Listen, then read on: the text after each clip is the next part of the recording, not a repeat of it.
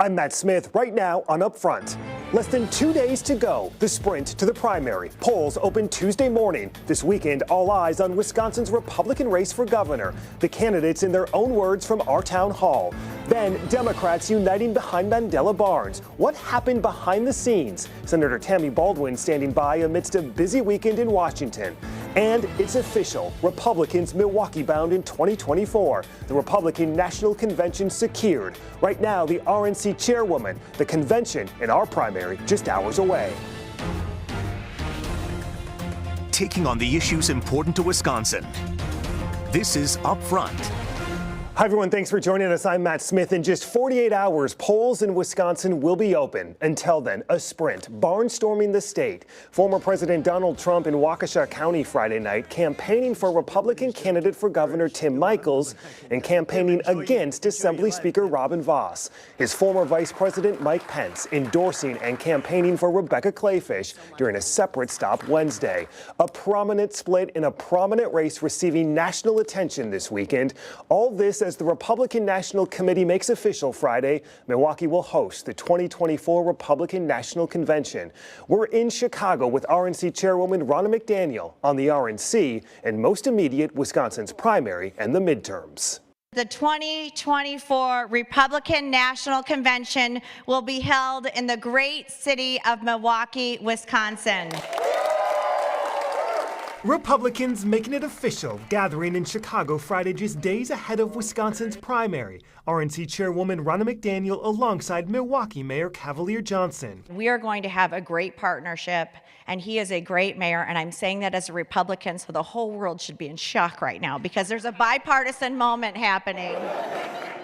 The RNC coming off its summer meeting. Now, all eyes on the 2022 midterms and on Wisconsin. We have a primary on Tuesday, the midterms before 2024. We have a Trump candidate, we have a Pence candidate.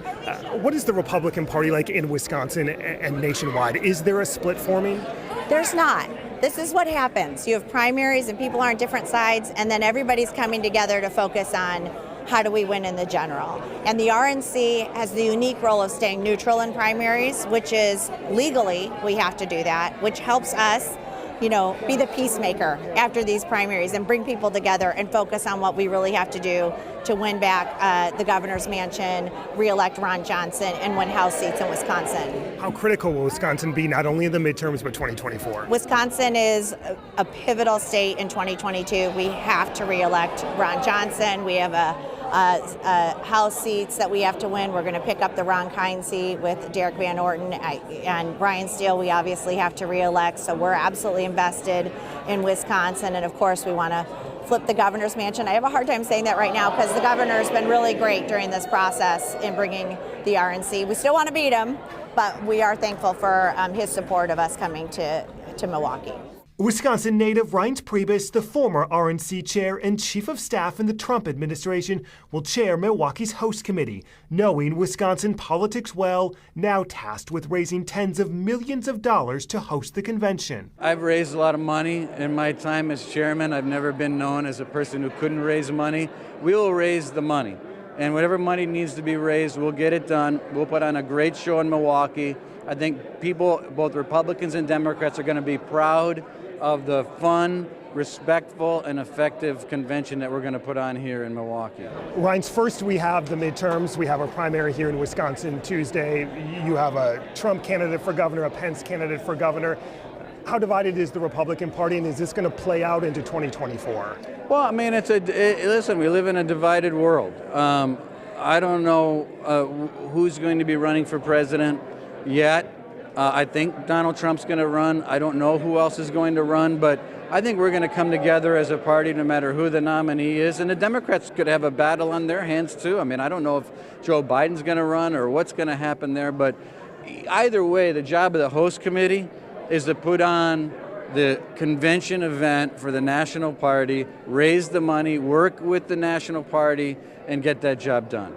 Priebus this weekend defending his former college roommate, Assembly Speaker Robin Vos, just days from Vos facing a Republican primary challenger, Adam Steen, who received the endorsement of former President Trump.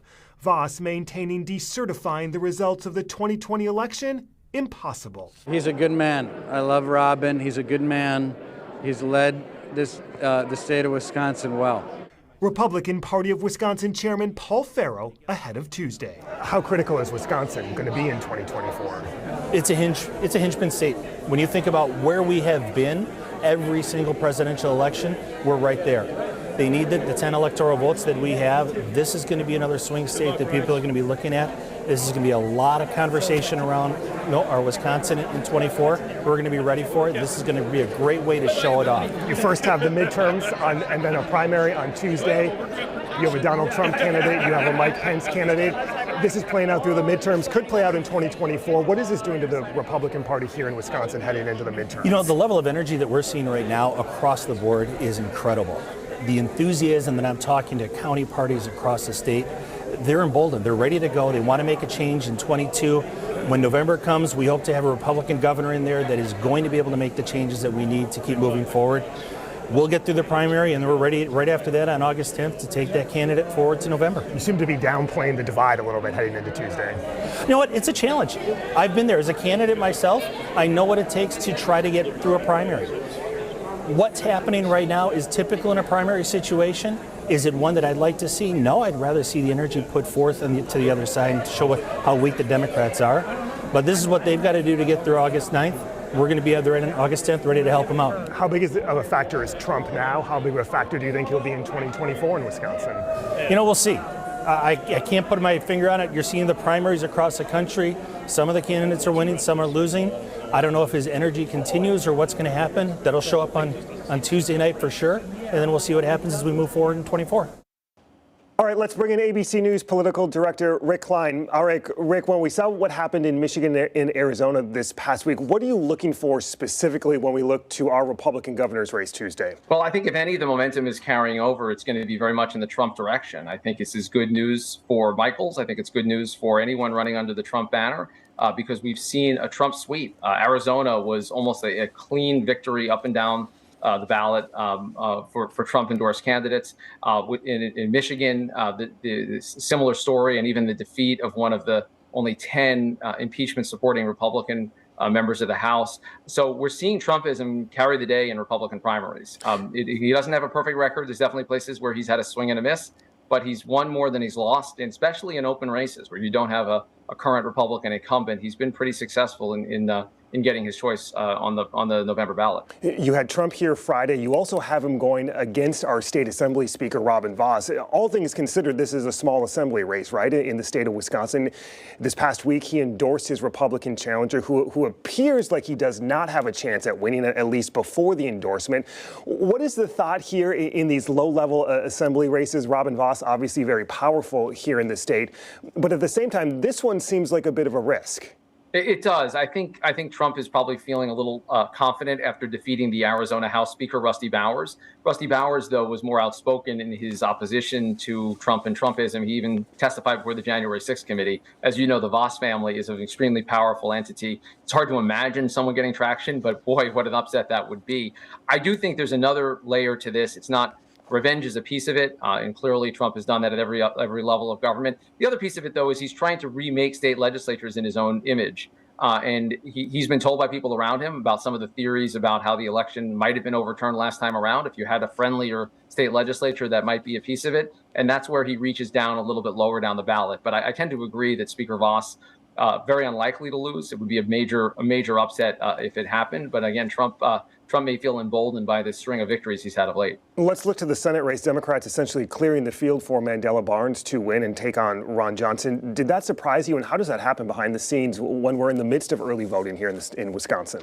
It did. I felt like Alex Lasry had spent so much money and was still registering in polls and had been so intense on seeing it through that Lasry in particular I thought was unlikely to drop out.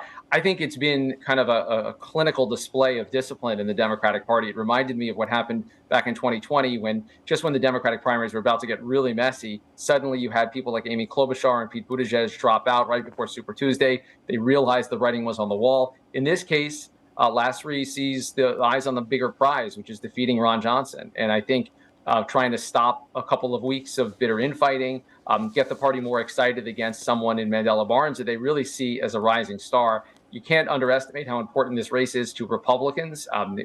If they're not able to hold on to the Senate seat in Wisconsin, I think a lot of their chances of taking over the Senate fade along with them. And of course, Johnson is so loathed in so many Democratic circles, they'd love to defeat him. Coming up, that Democratic U.S. Senate race. Mandela Barnes now preparing for Victory Tuesday. This coming amidst a busy weekend in the U.S. Senate. Senator Tammy Baldwin with it all, standing by next.